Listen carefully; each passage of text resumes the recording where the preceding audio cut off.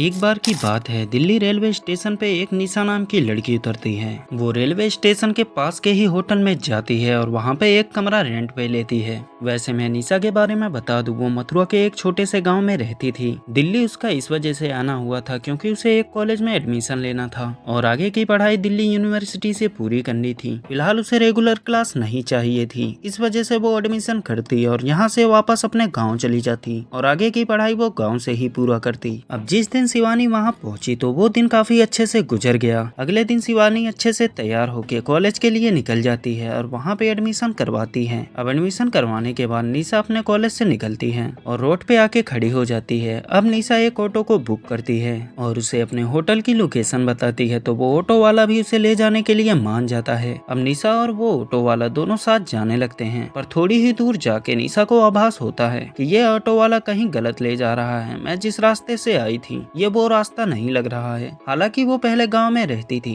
पर उसे अच्छे से याद था कि वो किस रास्ते से आई थी। अब निशा ऑटो वाले से पूछती है कि आखिर तुम किस साइड ले जा रहे हो? मैंने जो लोकेशन आपको बताई है आप उस लोकेशन पे नहीं जा रहे हो। तो ऑटो वाला उसके जवाब में कहता है कि आप चिंता मत कीजिए, मैं शॉर्टकट से ले जा रहा हूँ, जिससे आपका भी पैसा बच जाएगा और मुझे भी फायदा हो जाएगा। तो निशा उसकी बात मान जाती है और आराम से बैठ जाती है। पर थोड़ी ही दूर ऑटो जाता है तो निशा देखती है कि आसपास कोई भी गाड़ी नहीं चल रही। तो दोबारा से निशा पूछती है कि आखिर तुम मुझे कहाँ ले जा रहे हो? फिर भी ऑटो वाला वही जवाब देता है कि मैम ये शॉर्टकट है। पर निशा इस बार चुप नहीं रहती और तुरंत ऑटो से उतरने की बात कहती है, पर ऑटो वाला ऑटो नहीं रोकता। तो निशा उससे कहती है तुम मुझे वहीं वापस छोड़ दो जहाँ से मैं बैठी थी। पर ऑटो वाला उसकी कोई भी बात नहीं सुनता और आगे सुनसान रोड पे जाके ऑटो को रोक देता है। अब निशा डरते हुए उससे पूछती है आखिर तुम यहाँ ऑटो क्यों रोक रहे हो? तो ऑटो वाला उसे जवाब देता है कि मेरे ऑटो में दिक्कत आ गई है मैम, तो मैं 1 मिनट चेक करके आपको बताता हूँ। तभी ऑटो वाला निशा के पास आता है और ऑटो का टायर देखने के बहाने निशा को पकड़ लेता है। अब निशा उससे बचने के लिए छटपटाने लगती है, पर ऑटो वाला उसे नहीं छोड़ता। अब निशा ज्यादा जबरदस्ती करने लगती है तो ऑटो वाला उसे धक्का देके बेहोश कर देता है। अब जब निशा की आंख खुलती है तो वो एक पेड़ से बनी हुई थी और उसके सामने ही ऑटो वाला बैठा हुआ था। अब निशा उससे पूछती है कि आखिर तुम मेरे साथ क्या करना चाहते हो, और वो उससे काफी गिड़गिड़ाती भी है कि वो उसे छोड़ दे। अब ऑटो वाला निशा के साथ जबरदस्ती रेप करता है। अब निशा बार बार यही बोल रही थी कि उसे जाने दे, पर वो ऑटो वाला उसे नहीं छोड़ता। फिर निशा कहती है कि अगर तुम मुझे जाने दोगे तो मैं इन सब बातों को किसी को नहीं बताऊंगी, पर ऑटो वाला बिल्कुल भी नहीं मानता। जब काफी टॉर्चर करने के बाद ऑटो वाले का मन भर जाता है और उसके ही कपड़े से उसका गला दबा देता है, जिससे निशा की वहीं जान चली जाती है। अब ऑटो वाला निशा को मारने के बाद निशा को अपने ऑटो में रखता है और थोड़ी ही दूर जंगल की तरफ जाने के बाद उसकी बॉडी को वहीं फेंक देता है। अब इस बात को 4-5 दिन बीत जाते हैं, पर उसी रास्ते पे कुछ लोग अपने पशुओं को लेकर जा रहे होते हैं। जैसे ही वो उस रास्ते से गुजर रहे थे तो उन्हें स्मेल आने लगती है, तो वो झाड़ियों में जाके चेक करते हैं। पहले तो उन्हें लगता है कि कोई जानवर मरा होगा, पर जैसे ही वो लोग झाड़ियों के पास पहुंचते हैं तो उनकी रूह कांप जाती है, क्योंकि वहाँ पे निशा की डेड बॉडी पड़ी हुई थी। तभी उनमें से एक आदमी दिल्ली पुलिस को इन्फॉर्म करता है। मौके वारदात पे वहाँ पे दिल्ली पुलिस आ भी जाती है और निशा का पोस्टमार्टम करवाया जाता है। अब जैसे ही पोस्टमार्टम की रिपोर्ट आती है तो दिल्ली पुलिस भी शॉक हो जाती है, क्योंकि निशा के साथ काफी बुरा काम किया गया था। ऐसे तो ये स्टोरी काफी बड़ी हो जाएगी। आने वाली वीडियो में मैं इसका दूसरा पार्ट लाऊंगा। तब तक अगर आपको ये वीडियो पसंद आई तो चैनल को सब्सक्राइब करो और अपनी राय कमेंट बॉक्स में जरूर दीजिए।